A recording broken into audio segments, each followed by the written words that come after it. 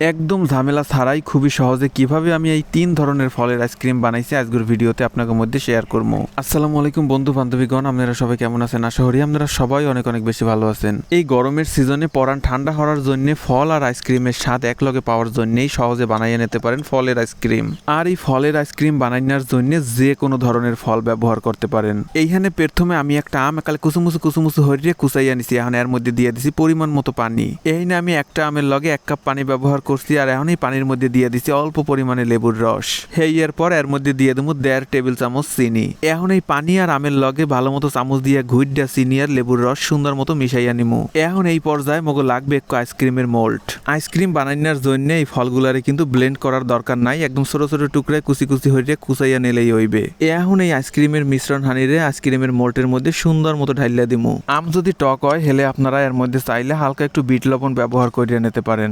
আমাগো আমরা আসলে কিন্তু প্রচুর পরিমাণে মিষ্টি। আর এই যে দেখেন অবশেষে আমাগো দুইটা আমের আইসক্রিম রেডি। এখন আমি একইভাবে বানাইয়া নেবো লিচুর আইসক্রিম। এই জন্য কয়েকটা লিচুর বীজ ছাড়াই নেওয়ার পর লিচুগুলারে ছোট ছোট টুকরায় কুচাইয়া নিছি। এখন এই কুচাইনা লিচুর মধ্যে 1 কাপ পানি দেওয়ার পর দিয়ে দিছি 1 চা চামচ লেবুর রস। যদি আপনারা আইসক্রিমটা একটু টকটক খাইতে পছন্দ করেন সেই অনুযায়ী আপনারা কিন্তু এখানে লেবুর রসটা একটু বাড়াইয়া দিতে পারেন। 1 টেবিল চামচ চিনি মিশাই নেওয়ার পর এখন চামচ দিয়া ঘুইডা সমস্ত চিনি আর লেবুর রস আনিরে পানির লগে সুন্দর মতো মিশাইয়া নিমু। এখন আবারও আইসক্রিমের মোল্টের মধ্যে এই লিচুর মিশ্রণটা ঢাইলে দিমু। সিলাইনার সময় অর্ধেকের বেশি লিচু খাইয়া লাই দিছি, সেই জন্য কিন্তু লিচুর পরিমাণ মগো একটু কম হইয়া গেছে। আপনারা যদি লিচু দিয়ে এই আইসক্রিমটা বানাইতে যান সেই ক্ষেত্রে কিন্তু লিচুর পরিমাণটা একটু বাড়াইয়া নেবেন, কারণ আইসক্রিম ছোয়ার সময় মোহের মধ্যে লিচুর পাল্পগুলা পড়লে খাইতে কিন্তু বেমালা ভালো লাগবে। এই যে দেখেন আমাকে লিচুর আইসক্রিমও কিন্তু রেডি। পানির তুলনায় লিচু ভারী হওয়ার কারণে লিচুর পাল্পগুলা আইসক্রিমের মোল্ডের এককালে তলায় যাইয়া জমছে। যাই হোক সমস্যা নাই, আম লিচুর আইসক্রিম তো রেডি। এখন চলেন আপনাকে বানাইয়া দেখাই তরমুজের একটা আইসক্রিম। আম লিচুর আইসক্রিম বানাইতে বানাইতে মগো লেবু গাছে শেষ হইয়া সেই জন্য মগো গাছ দিয়া তরতাজা এক লেবু হিরিয়ে আনছি। লেবুটার মধ্যে 1 সের রস। এখন এই 1.5 টেবিল চামচ চিনির মধ্যে দিয়ে দেবো লেবুর রস। এই আইসক্রিমটা আমি একটু হালকা টক বেশি বানাইতে চাইতে আছি, সেই জন্য এর মধ্যে আমি 2 টুকরা লেবু চিবড়াইয়া রস বাইর হইয়া দিলাম। এখন এই চিনি আর লেবুর রসের মিশ্রণের মধ্যে ঢাইলা দিতে আছি 1 কাপ পানি। চামচ দিয়ে কায়দা মতো ঘুইডা চিনি আর লেবুর রস আনিরে পানির লগে একদম সুন্দর মতো মিশাইয়া হালামু।